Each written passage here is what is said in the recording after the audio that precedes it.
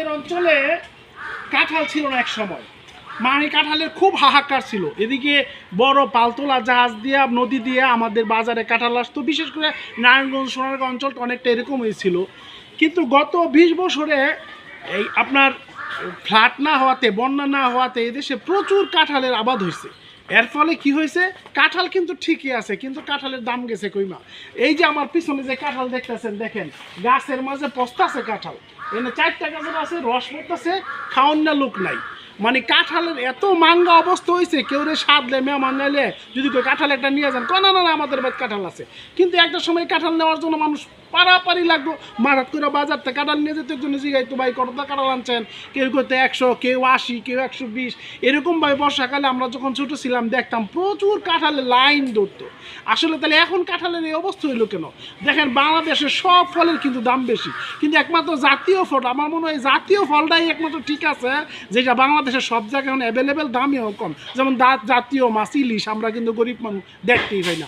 জাতীয় পশু বাঘ, এটা বনে ছাড়া দেখা যায় না, আমরা গরিব মানুষ তো যাইতেই পারি না।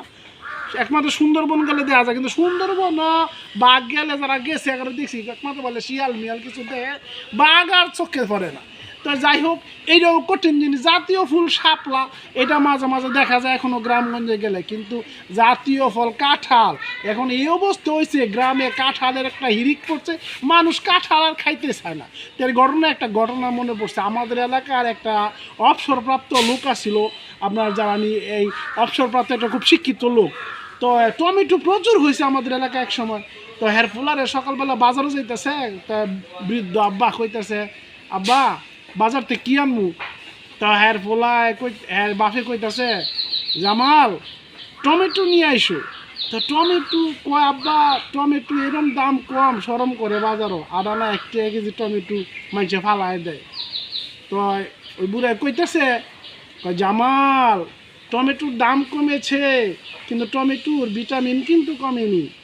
এখন কত হচ্ছে কি, আজ এই মূল কথাটা কইতে চাইছিলাম যে কাঁঠালের যতই আমরা কাঁঠাল ভরে গেছে, কাঁঠালের দাম কমছে, কাঁঠাল অ্যাভেলেবেল হয়েছে এলাকাতে, কিন্তু কাঁঠালের ভিটামিন কিন্তু কমে নাই। তাইলে এই আমাদের দেশে যারা টাকার অভাবে বিভিন্ন ফল খাইতে পারেন না, এই যে মৌসুমি ফল, যেটা আমি করি, মৌসুমি ফল সবসময় কম দাম থাকে। আপনার এই যে জাম্বুরা, কাঁঠাল, বড়ো, এগুলো কিন্তু মৌসুমি ফল, দামও কম থাকে।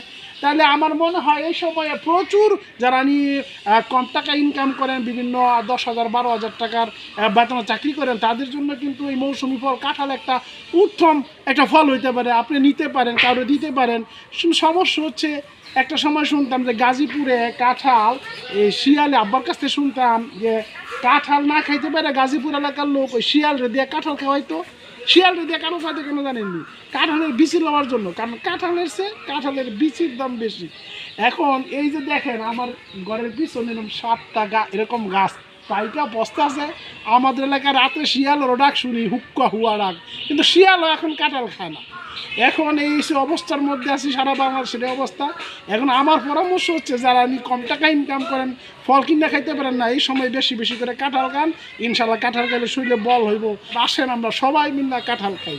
ধন্যবাদ।